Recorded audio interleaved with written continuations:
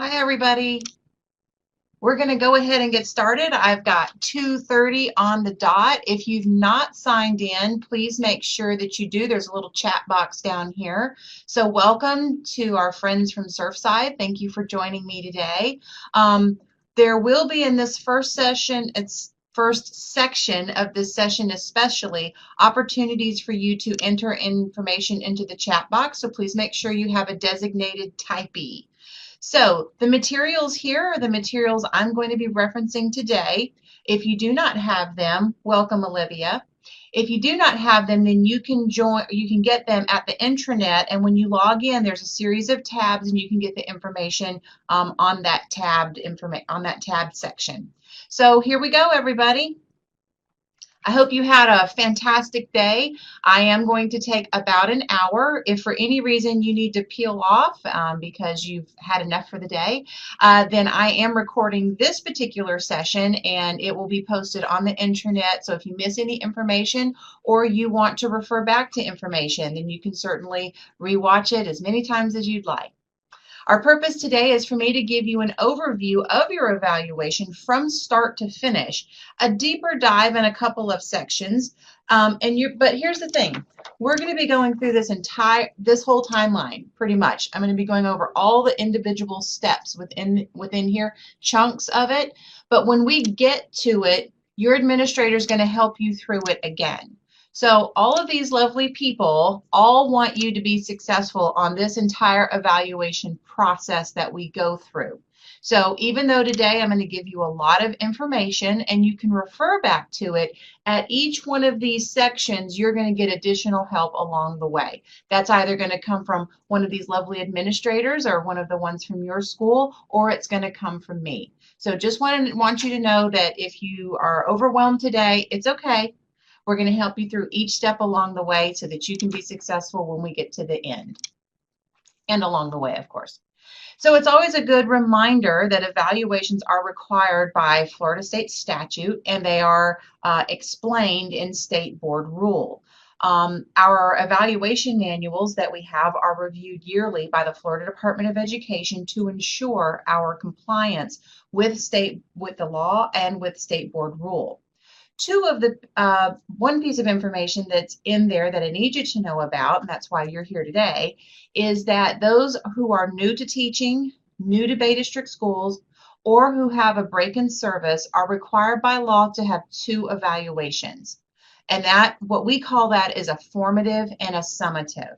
So I'll be going over different aspects of each, but I just want you to know that evaluations are required. And for those of you who are tuning in today, most likely you fit one of these categories. So you will have 2 evaluations, a formative and a summative. So I'm going to be talking about the 3 components of an evaluation. Formative and summative have the same types of components. They are the instructional practice, which is 33%. Your deliberate practice, which is 34%, and your student performance, which is 33%. And then last, we'll kind of go back over this timeline just a little bit, just to make sure you are aware of it. So the first one we're going to hit is the instructional practice. Now, we use the Charlotte Danielson Framework for Teaching as our common language of our instructional practice. It is research-based. The one that we use happens to be the 2nd edition. There are subsequent editions, but we have decided and opted to stay with the 2nd edition because it is the one that we have trained the most on and are the most familiar with. What I'd like for you to find, just so we can kind of get a bird's eye view of the instructional practice rubric first, you have a placemat that looks like this. So if you could find that for me, please, find your placemat.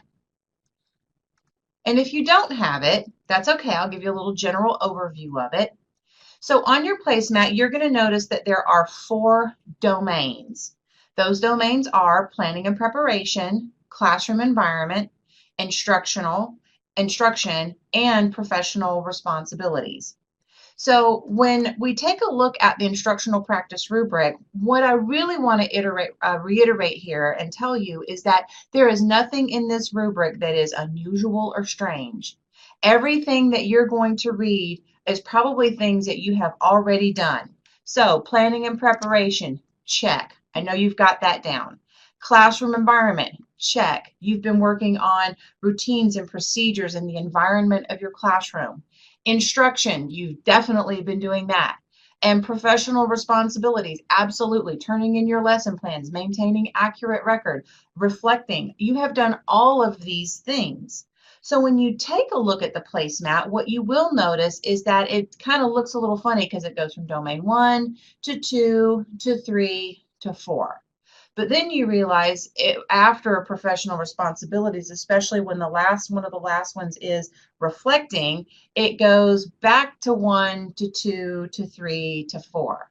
It's a cycle. And the way we teach is a cycle. And sometimes the cycle can change from period 1 to period 2, day to day, week to week, month to month, year to year. Instruction is a cycle. It also can be shown as being on stage. These are the things we do in front of our students, right? And then we have the things that behind the scenes are going on before we even get to what's on stage. All together, all of these things work in order for one fine performance. So when you look at the placemat, you'll notice that there are 22 components. Those are the ones indicated with 1A, 1B, 1C, 1D, and so on. Underneath that are elements. Elements define the component. So they tell you, for instance, in questioning and discussion techniques, what does that mean? What goes into questioning and discussion techniques? Now, 22, we discovered a few years ago, is a lot of information for people to receive, because part of the intent of being evaluated is not just check the box done. It's also for you to receive information about your practice and how you can get better in order to help your students improve in their achievement and learning gains. I mean, it all fits together. 22 is a lot. 76 elements, once you start adding all that up, can be overwhelming. So the oversight committee, who kind of oversees the evaluation process, met on it and decided that 22 was too many. What would be more manageable? We landed on 11. And as you can see on the screen, and if you look, these are the ones that are bolded and italicized and underlined. So there are 11. And when you look at them, you'll realize that most of it falls into two groups: planning and preparation and instruction. Does this mean that the other pieces of information are not important? Absolutely not.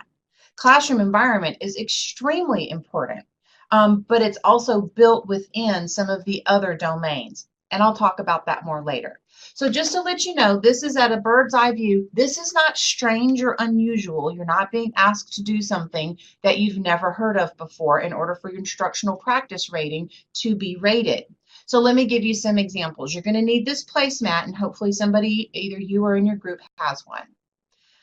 All right, so it's not so different after all. If you've got somebody typing, we're going to want to type. What you're going to do is, during small group activity, Mr. L notices that 2 students are involved in reading some outside material. He continues to circulate towards the 2, quietly asks for the magazine, points to the task they should be doing, and moves on to the next group. You have probably already done this numerous times. So when you think about which domain would this be? So look at what the teacher is doing. Does this have to do with planning and preparation, classroom environment, instruction, or professional responsibilities? Which domain do you think that first example is for? I see Caitlin is typing. Thank you for those of you who've joined us.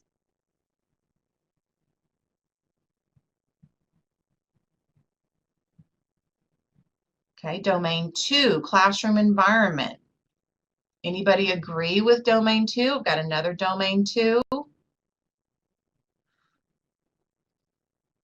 You are all correct. Classroom 2, and more specifically, yes, you're absolutely right about managing student behavior. Again, this is something you've already done, so what's in the rubric and what we're being asked to do about our instructional practice is not strange and unusual. What about this one? Mr. J knows that his students learned sentence structure last year. He now plans to introduce paragraph structure. Which one do you think that one is? Okay, I got a vote for domain 1. Domain 1.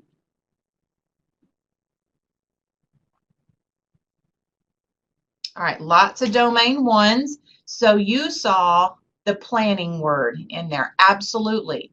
Again, you've already planned. You've probably, some of you spent months planning for the first day of school, and you've spent subsequent hours planning, I'm sure. Not strange or unusual. It's a major part of the work that we do that helps establish our professional practice. All right. Every Friday, this one's a little tricky. Mr. M has students update their take-home folder showing which assignments are up to date and which are past due.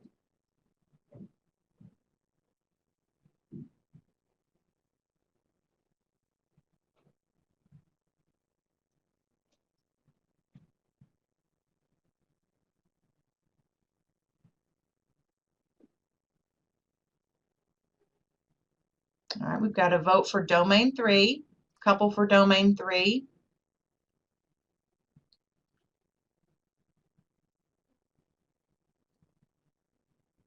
All right, this one's a tricky one because while it is occurring, it might be occurring during the instructional time. Yes, it's not necessarily about instruction. So take a look for me at 4B. 4B, maintaining accurate records. Now, one of the things when we get to the rubric, and you'll hear me say when we get to the rubric, an important part of the highly effective area is students taking ownership and responsibility. And in this case, it happens to refer to the accurate record keeping that's going on. Students are taking ownership about what assignments are due and which are past due, and then taking that home to communicate to parents. Okay, so let's take a look at this last one. I could have made it easy, could be a tricky one. I don't know, you decide. During the lesson on nutrition, Miss D asks students to brainstorm examples of fruits and vegetables. Which domain do you think that would be?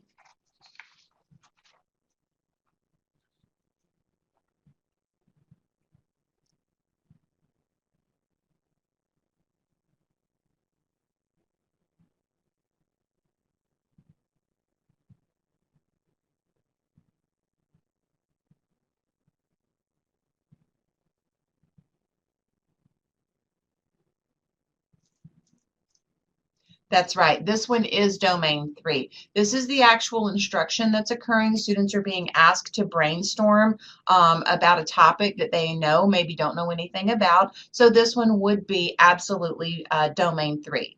So as you can see from these examples, what's in the placemat and what we'll find in the rubric is not anything unusual. You've already engaged in these kind of tasks. In the, what are we on, 13th day of school, you've already engaged in this level of work. So let's dig a little deeper. Okay, so let's dive a little deeper, and I want you to find your framework for teaching rubric. Now, if you happen to be a guidance counselor or if you are a resource teacher, you have a different rubric. You've probably seen that when you went to do your self-assessment. For the purposes of this training, I'm only going to be using the framework for teaching rubric, just so you're aware of that particular difference in the rubrics. So when you take a look at your rubric, it says framework for teaching rubric on it. I want you to take a glance at it and spend just a few moments familiarizing yourself with how it's set up.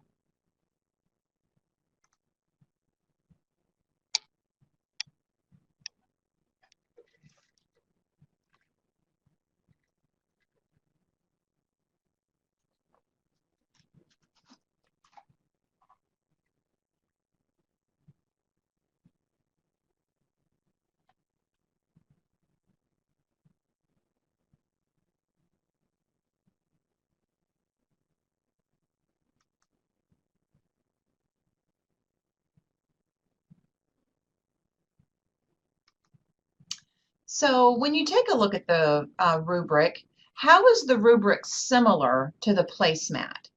How is the rubric, and my rubric looks a little different, but it's kind of set up the same. How is the rubric similar to the placemat? What are some similarities that you see?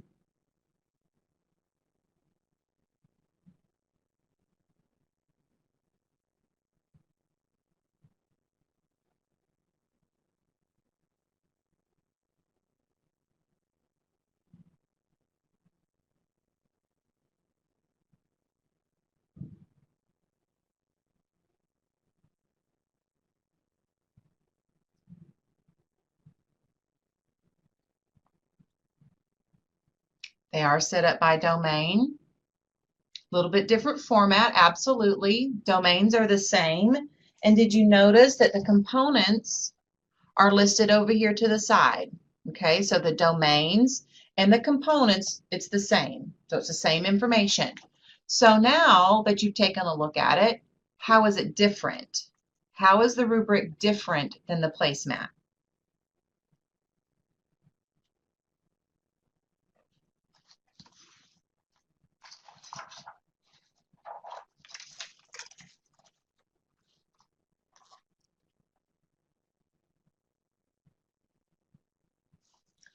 You're absolutely right, Catherine. We've got sections for the criteria, more details, shows more specifically what the rate, where the rating will come from, absolutely. Because while you, for instance, are asking questions in your classroom, now we're going to figure out where are my questioning techniques landing on the rubric so I can see, well, what's next level so that I can figure out how can I get better. Because again, remember I said this was research-based, and it's research-based. Highly effective is the ways that you get the most out of your students, student achievement and learning gains. What's best for student learning is what you're going to see at highly effective. Okay, so we're going to go a little deeper. So I want you to look at 3B, 3B specifically. And I want you to read from left to right, of course, the 4 rating areas in 3B. So unsat to highly effective. So take a couple moments to do that now. 3B.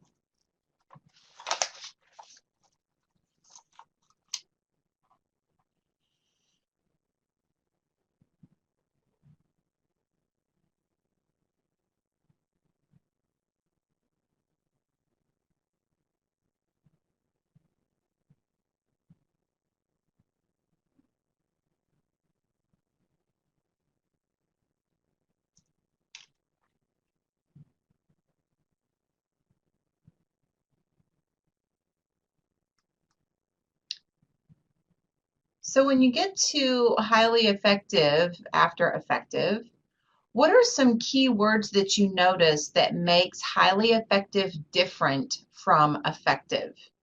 What are some ways that highly effective is different from effective?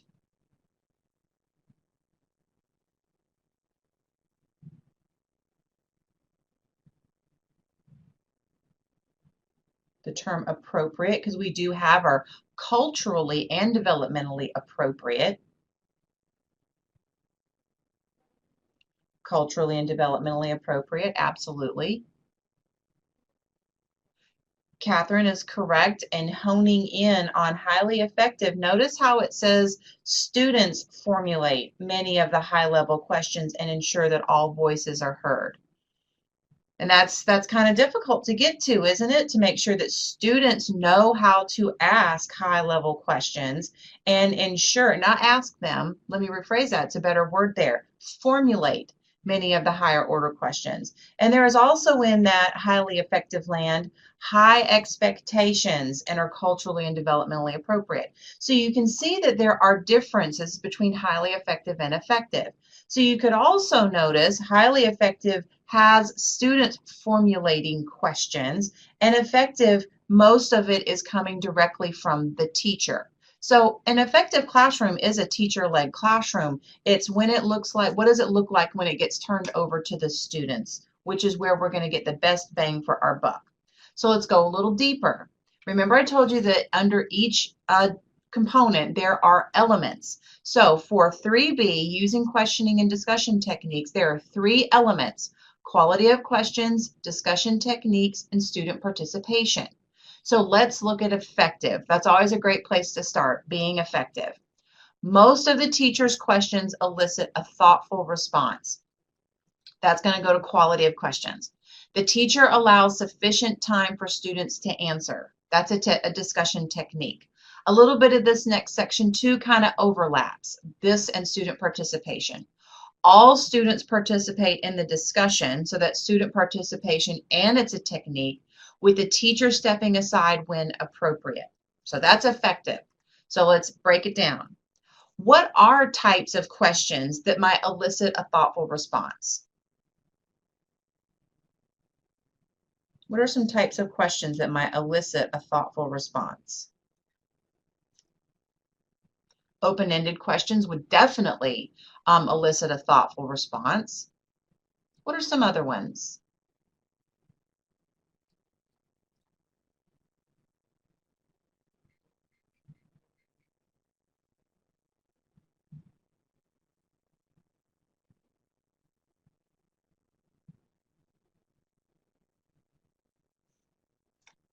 Predictions supported by evidence, definitely. Something in your standards might be things that would indicate thoughtful questions that need thoughtful responses.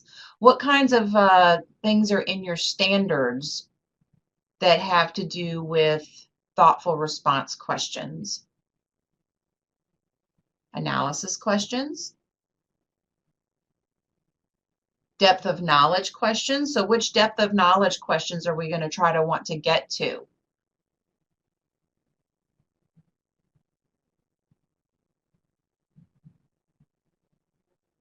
DOK 3 and 4. So all of these are different types of questions that are going to elicit a thoughtful response. We hope.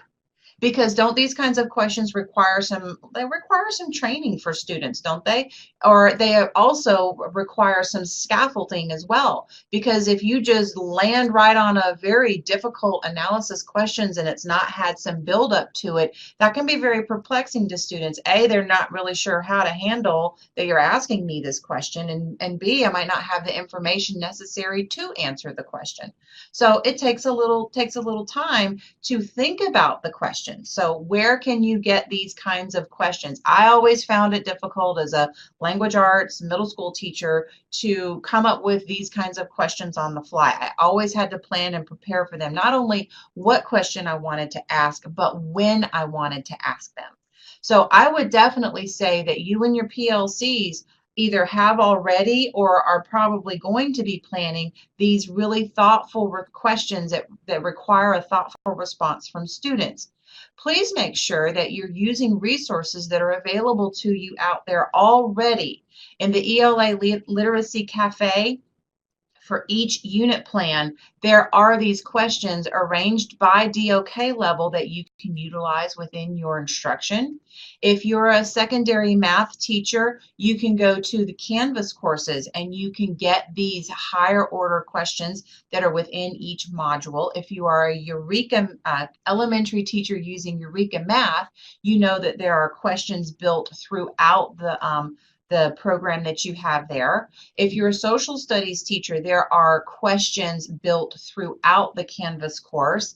And if you're in science, there are also questions that will help get you to land on that effective level right from the very beginning. And because they're difficult questions, some people have already worked on those for you. So I highly recommend that you make sure you're using those. So here's your next question. How long do you think is sufficient time for students to answer? How long is that?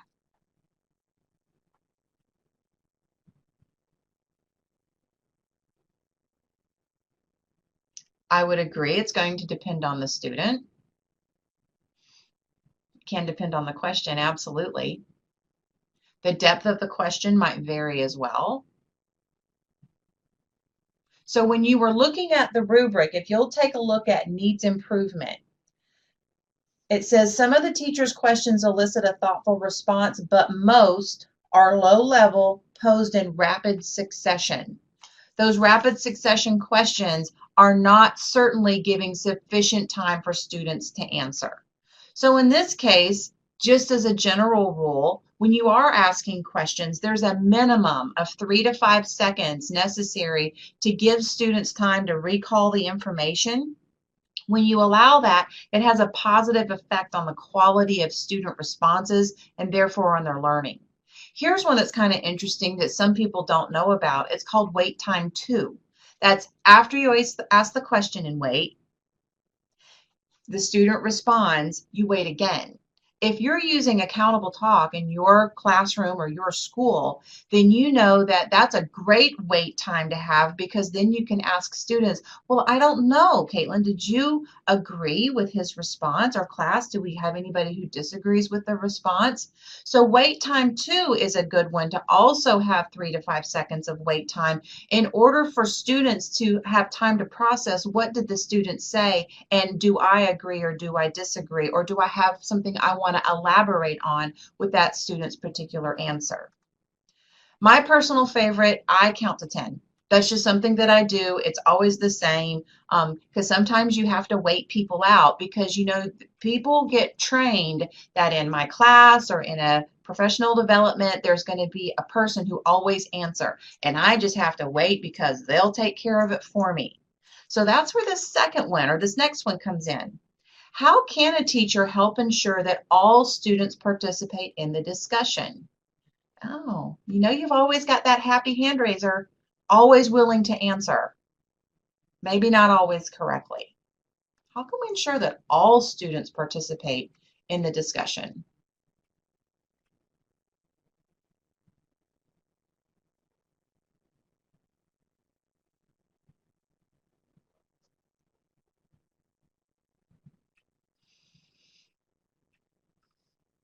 Popsicle sticks? Absolutely. Somebody just recently told me that your dojo has a randomizer on it. For those of you who are using that in your classroom, that it will randomize. It keeps everybody on their toes. You can call on individual students. Somebody loves the dojo randomizer. These are good ways for you to keep people on their toes. And other ways that you can do this, you can just do a simple turn and talk.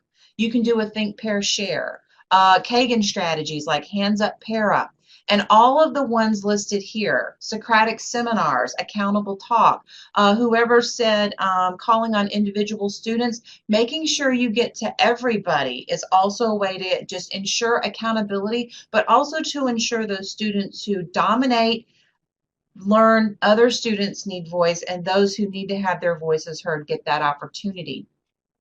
But it's very important for this to transpire that you have the right culture in your classroom for it to occur. Remember, I talked about how classroom environment was built into other parts of the rubric. This is a prime example of it. In order for this to occur, for all students to be able to participate, there has to be a culture within the classroom of risk taking. That we feel confident in this environment to take risk, to talk to one another, to be an active listener, to have respectful responses. And for some of our students, they need that modeled for them over and over and over again with positive comments and support, feedback, and guidance in order for them to be successful in that conversation. It doesn't just happen. You have to build up to it for your students to be able to participate in the way that you would like for them to participate. So, last one. What do you think it means when the teacher steps aside when appropriate? What do you think that means?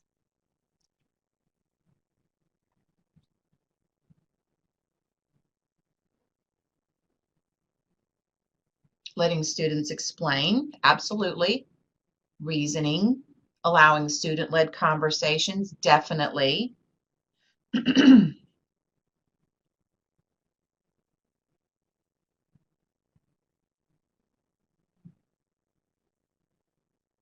Letting the students think through the process and explaining aloud, like thinking through their learning. So one thing that Charlotte Danielson talks about, and I've heard her say before, is whoever is doing the talking is the one doing the learning.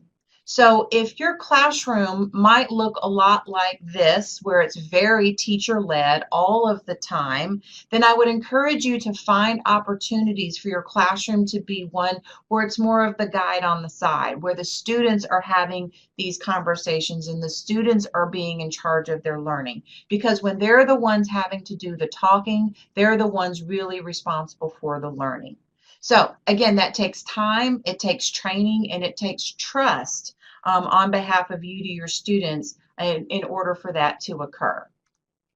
So I'm not going to have time to go through the entire rubric, but as you can see, it explains for you in a way that we can kind of identify where am I on the rubric and how can I get better. It gives you and your administrator a common language. It's a shared understanding of what good teaching looks like. It's not my opinion of what good teaching looks like. It's right here in black and white and what we've agreed good instruction is going to look like. Now, your administrator uses an evidence-based process to try to determine with you where is your practice. So while we can all agree that we all ask questions in a given day, this helps us to decide, now, where am I? So what might that look like?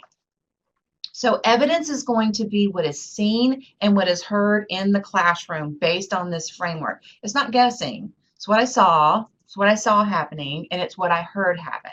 It's not the opinion. It's not my opinion of what I think occurred. It's the facts. Because here's the thing. Sometimes we think that we're doing a certain thing in our classroom. I might be thinking, wow, I'm asking great questions and everybody's responding. But when somebody kind of shows it back to me, I realize, wow, I asked a lot of DOK1 questions and it's really only 4 people participating. I need to work on that. And sometimes it takes that outside perspective to kind of to shine a light on that, to make us stop long enough and pause to realize, I think I can work on that. I think I can make that better. So your administrator is going to gather evidence for your observation cycles. Now, let me go to the bottom. All of this evidence, look, everybody, this is stuff you already do. You already turn in and work with your PLC and PLC minutes. Your administrator's visiting your PLC. They're a part of your PLC. They're reading your minutes. You don't need to do anything more. They've got that information. Your lesson plans and any other lesson planning evidence that you have, you're already turning that in. You don't need special lesson plans for your evaluation. It's you turn in what you've already done. Your administrator will know what's going on based on the information that you submit. Turning in your grades on time, doing your attendance as requested, following procedures that your administrator has laid out. These are things that you could have a pair of film you to help you improve. So all of these things you are already doing are things that you don't have to do more of. You're already doing a lot of evidence. So this evidence is going to come from the observation cycle. So this just shows you how the evidence aligns to your evidence collection, okay? So steps of the observation, you and your administrator are going to set an observation date. You're going to have a formative one. You're going to have a summative one. That's the formal process, okay? 3 days before your observation, you're going to set the pre-conference, and you're going to submit your pre-conference questions. So let's take a look at the pre-conference questions. When you look at those, you're going to see, classroom teachers especially, these should look very familiar to the questions of the PLC. What is it that you want your students to learn? How will you know that they've learned it? The purpose of the questions is to set the stage for instruction. It shows your administrator what goes on in your planning and preparation prior to their entry into the day's lesson, like what's gone on. Here's the thing, everybody. You and your administrator are going to meet face to face. There is no need to write War and Peace. Okay? Please don't feel like you need to put ad nauseum what's going on in your day. Keep it simple, keep it short, keep it sweet. Your administrator will appreciate that too. You're going to enter those into aims prior to the pre-conference and prior to your observation. Okay? Then you're going to have your observation. When your administrator enters your room, remember, they're here to gather evidence. They're here to and I know you want to put your best foot forward. What they're really trying to do is determine, where are you on the rubric? How can I help you get better? That's what ultimately, I know the evaluation is awkward and weird and we don't like it, but one of the things we do try to make sure that it's an opportunity for you to get feedback. And so in order for them to give you feedback, they might have to talk to students. They're going to write and type evidence of what they're seeing and what they're hearing going on in the classroom. And the whole intent for that is to really kind of just illustrate, it's not my opinion about your questions. These were the types of questions that were being asked and answered. Now, they may not be able to capture every single question that is asked in your room. The idea is for them to get a great sampling of the questions of the body of work that you have. Okay. Now, then you're going to do your post-conference. And the post-conference questions, if you'll take a quick peek at those, you'll see that there are 6 post-conference questions. And these are probably things that we ask ourselves every single day. How successful was the lesson? Did they reach what I wanted them to reach? Did I have to modify it? If I had an opportunity to teach this lesson again, what would I do differently? I don't know about you guys, but sometimes I was a middle school teacher. So period 1 to the last period of the day sometimes was very different based on what I had learned throughout a day. And sometimes even when they would be the same, I would have to do it differently because of the students within the classroom. So again, these are just reflection questions for you to be thoughtful about, and it's really for your administrator to see how are you reflecting on how the day went. If you're just trucking along and never reflecting on how things went, then I would recommend that you really pause long enough to reflect, because it's going to help you as a teacher, it's going to help your student achievement and their learning as well. So how does this portion all come together, everybody? So there are 11 components, and each of them are rated on the rubric. For a highly effective in your instructional practice for both the formative and the summative, and look, formative is just like it says. While we have to report it, it doesn't tie to your pay in any way. It doesn't tie back to anything. It is formative in order for you to get information. So for a highly effective rating, and this is the rubric that we use, at least 80% at level 3 and 0% at level 1 or 0. What does that mean? That means you can have 9 highly effectives and 2 effectives, or 10 and 1, or all 11 have to be highly effective in order to be rated highly effective.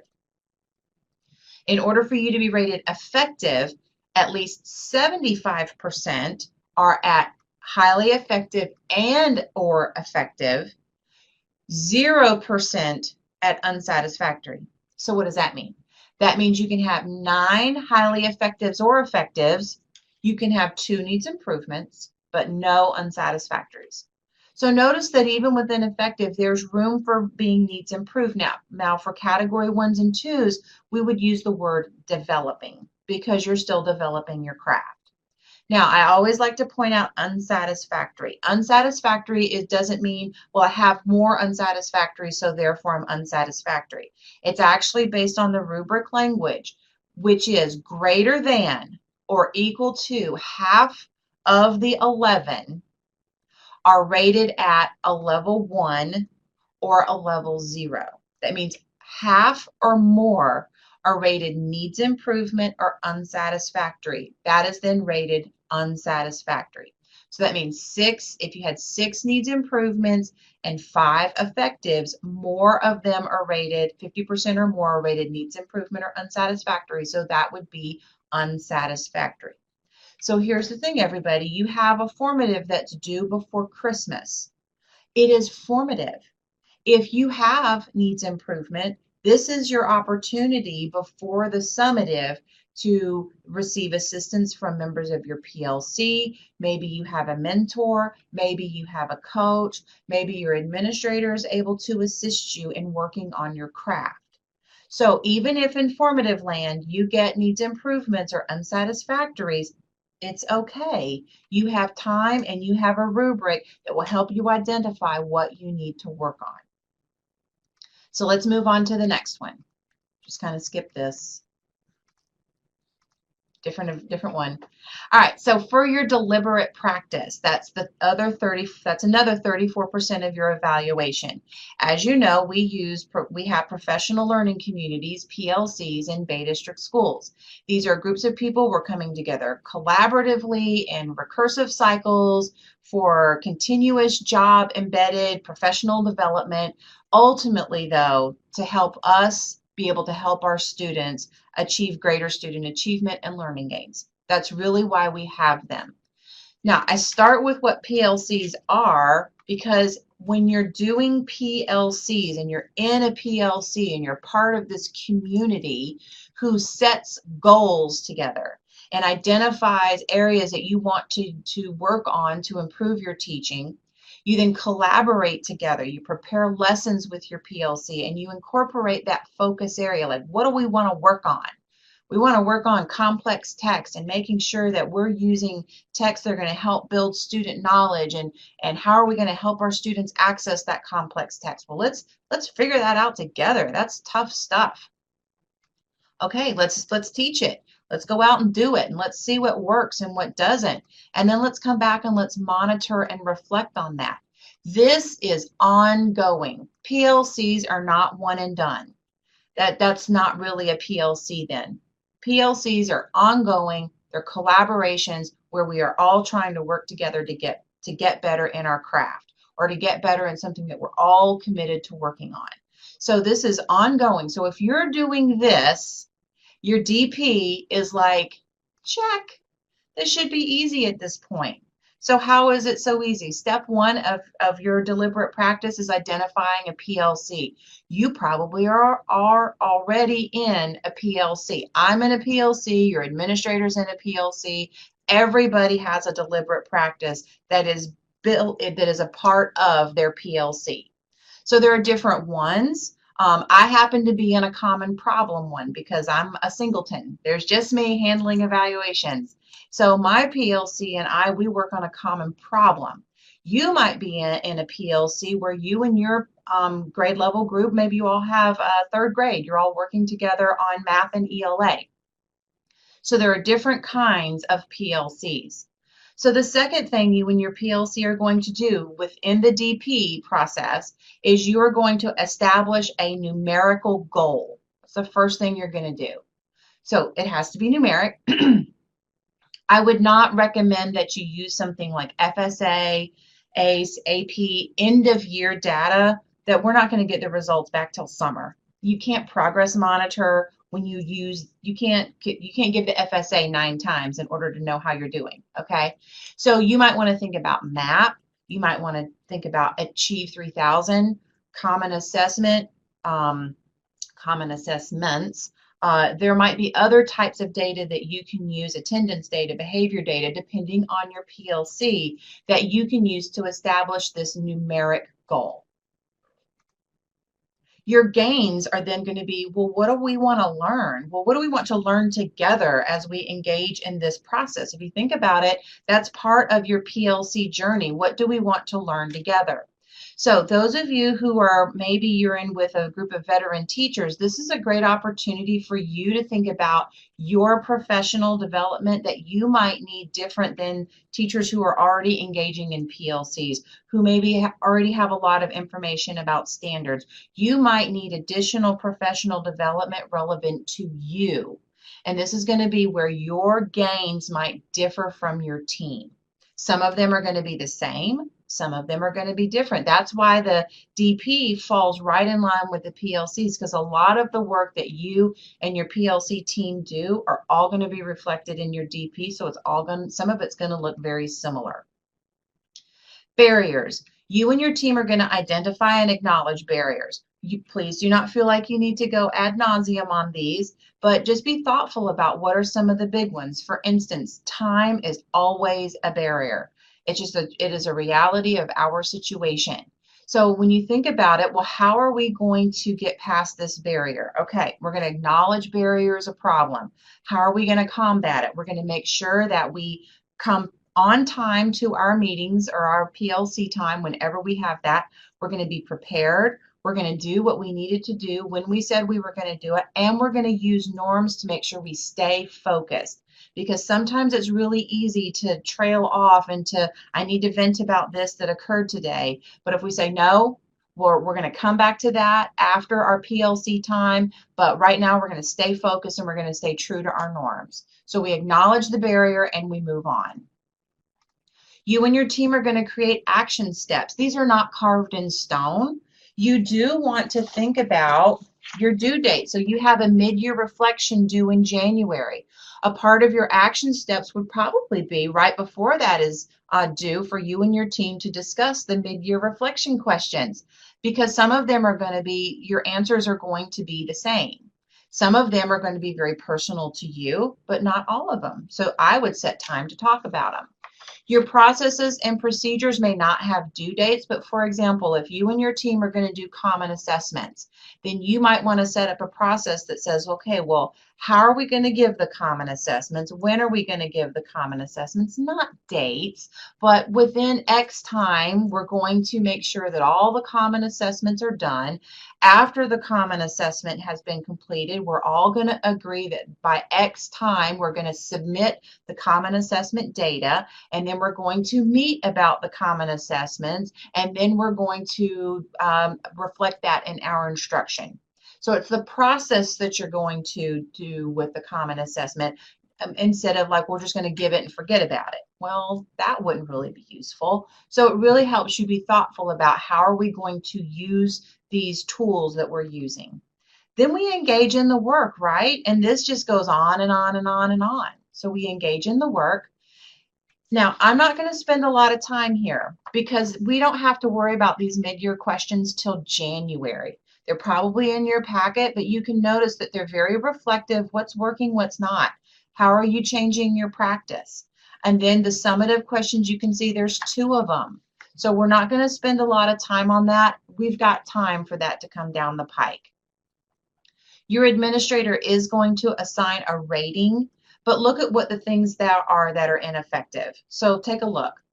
Effective is participates in the data analysis. Well, if we said we were going to use this as a goal, I kind of need to be a participant in the data because my data is in there and my data is important to my team. So I need to participate in it. Okay. Adjustment is inconsistent. Well, here's the thing, everybody. This acknowledges that change is hard. Change is difficult. You know, I don't know about you, but I'm constantly on a diet because change is hard.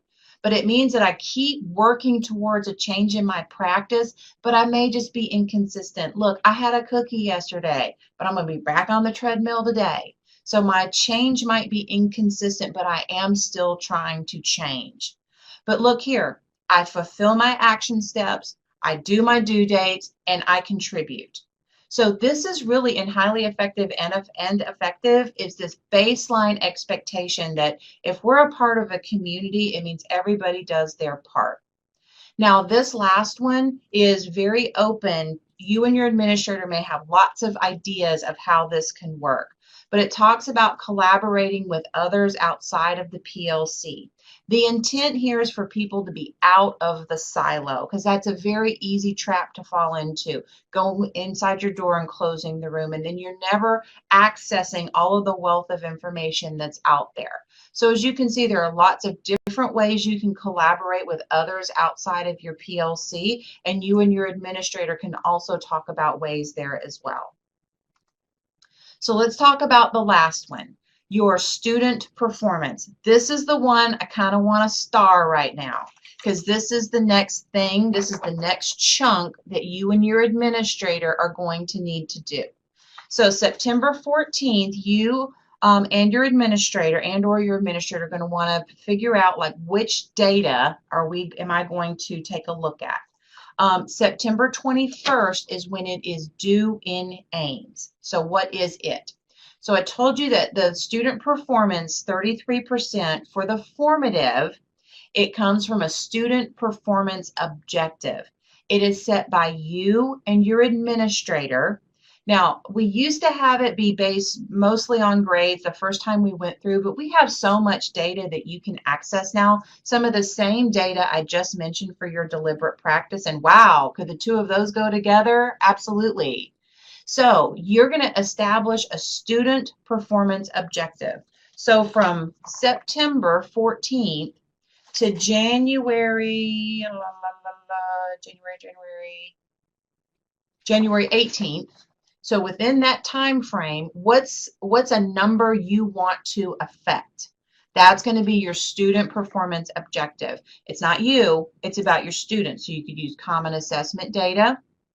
You might be able to use MAP data. You could certainly use Achieve 3000 data. And I did mention common assessments. So it needs to be a student goal, specific, measurable, achievable, and timely. And timely means in time for the January due date. Now, this is one example around you could use grades, absolutely could use grades as a part of your student performance objective. You could be monitoring the number of students receiving D's and F's. You could use MAP. This is an example for MAP. This one happens to be a person who wanted to monitor the 504 plans that were being, is to identify students and who ultimately would receive a 504 plan. Here's the thing that's important. You have to monitor your progress on this goal and make adjustments to the goal as necessary, because this SPO was rated this way. Highly effective, you exceeded the goal. Effective, you met the goal. Needs improvement, you did not meet the goal. And unsatisfactory is basically you did not attempt the goal. So if you don't progress monitor and you set in September a very ambitious goal and you get March all the way down to January and don't check it, your administrator may have to rate it needs improvement because you didn't adjust it. It's formative. It's okay to make adjustments. So please do. If you set it in September and realize a couple weeks later, oh, wow, I was a little too ambitious, or even the other way, you can change it and you should. So please make sure you work with your administrator on that. So the student performance summative, the summative section comes from student assessment data. And the assessments that we use state assessments, and we use what we call district assessments. These are adopted by the district to meet the law in within our district. Okay. Now, what a lot of people say is I get a VAM. VAM is used very universally for the student performance. Only about half of our teachers, maybe about 50 to 60%, actually receive a VAM. VAM only comes from the FSA assessment, so grades 3 through 10 or 4 through 10 or 4 through 8, depending on math or ELA, and Algebra 1. Other people have either an achievement or a growth rating based on one of these measurements. So we have a lot of measurements that we use. So if you happen to be in an FSA tested grade level for ELA or math, grades 4 and above, I'm going to talk about a VAM. So that's not everybody, it's only somebody's. So a VAM is what's called a value added model. It is different from learning gains. Learning gains says, okay, here's the bar, here's the level students need to be at to be proficient. Where are they on this journey towards proficiency? How are they progressing towards it? In a VAM, it's kind of like the matrix. There is no bar. It's how are students performing as compared to other like students on the day of the assessment. So the fancy term for it is a covariate adjustment model. It uses the students' prior test scores and other measured characteristics to predict their student achievement. So I know it sounds like voodoo magic. It really is a mathematical statistical model that they use. But here it is in Dawn Cape's words, okay? So basically what it says is if there's a student like Dawn, and this was Dawn's days present for the last school year, because that's what we submit to the state. On the day of the test, Dawn is compared to other students with the same days present. So say Dawn was absent 35 days. It compares Dawn's performance on the test to other students with 35 days absent. Okay, it compares those things together and how did they all do on the test. Then it might say, okay, this was Dawn's prior year test score. This is how she did last year. Well, how did Dawn compare to other students with the same prior year test score?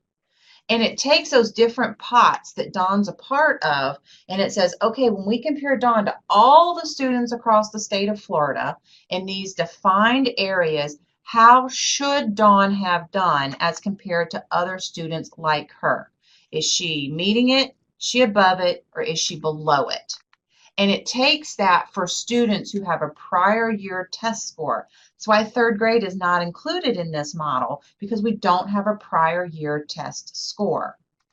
Okay, so what are some of the characteristics that we use to compare? The biggest one to compare students, how do you predict Future performance is how students did in the past, but there are other predictors as well. Other predictors include, like I said, attendance. Difference from modal age is just a fancy way of saying have they been retained or promoted beyond or below their class. Homogeneity of class just really refers to how similar are the students in the classroom. Are they very different? Is it like a grades 3 through 5 varying exceptionalities class? Or is it a grade 3 class and all the students have very similar types of data that's been submitted? That's, pie in the sky. That never happens. They are all very different little creatures in our room. But it does have to be based on this kind of data that we submit to the state. So there are lots of characteristics that are used in the value-added model. Just remember, a VAM, though, is only one type of performance measurement. We use lots of them, and it's based on the courses that you teach and the students assigned to those courses through a rostering process. If you teach an FSA course, like math or ELA or Algebra 1, you receive a VAM score. Now, if you teach students who don't take the FSA, you didn't see your list in any of those state assessments, then you would receive an indirect based on how your students do on FSA reading. And if you have any questions about where you land in the manual, which is available on the intranet, we have grade levels listed, measurements listed, and a description listed as well. So if you're still unsure, in the manual, it's spelled out how we define grade levels and measurements and how we use each one of those. So here's an example of the types of rubrics, because every measurement has a rubric, because we ultimately are required by the state to define what highly effective looks like. Okay? So again, as I mentioned, there are many different rubrics and many different measurements that we use. It's kind of one of those things to be more fair based on all of the different types of teachers that we have in our schools. That means it makes it a little more complicated when trying to explain what people might be using for their student performance.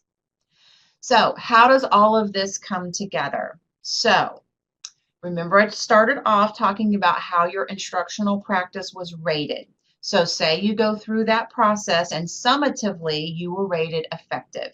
So that gets a weight of 2. It has a point value of 2. So that would be 2 times its weight, which is 33%, which would derive us a 0.66. I'm sure there's a better mathematical way to put it. That's how I'm going to use it today.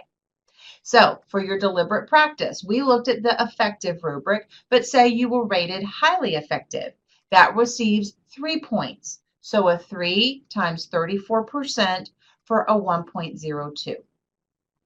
Then for your student performance measurement, after we went through the calculation, perhaps it comes out with an effective rating. So that would be an effective times 33% for a 0.66. When we take those totals and we add them together for a 2.34, we've got another rubric that we use to help define an overall rating. So as you can see, 2.34 does not meet the expectation for highly effective, but certainly is above 1.5, which we have here for effective. So it would be an effective rating. Now, one thing to know, at the end of the school year, when you get down here to the bottom, when you get down here to May 24th, you only know this much information. We don't know the student performance rating at the end of the school year because we don't have FSA results back. We don't have VAM results back. We don't have ACE, IB, any of those measurements. We don't have all of those measurements back. So teachers who taught last year still don't know their final rating. We are right now working on the student performance piece so that we can complete those final evaluations. So you'll be seeing emails from me probably in about a month where I will be talking to people about making sure they're going in and they are checking for their final ratings. So the timeline, and I'm noticing the time, I'm almost there, everybody. We've just gone over everything in chunks that you're going to be asked to do throughout the school year. Just remember, when you come to a chunk, like the next big chunk was what? The next big thing you had to know was your SPO. So if you come to your SPO and nobody's talked to you about it, and you're like, hold on, I'm pretty sure I'm supposed to have this due on September 21st. Raise your hand. Talk to your, knock on your administrator's door. Send them an email. Maybe go ahead now and say, hey, I had some thoughts on that. Be an advocate for your own evaluation, because your administrator desperately wants your evaluation to be accurate and have fidelity and fairness to it.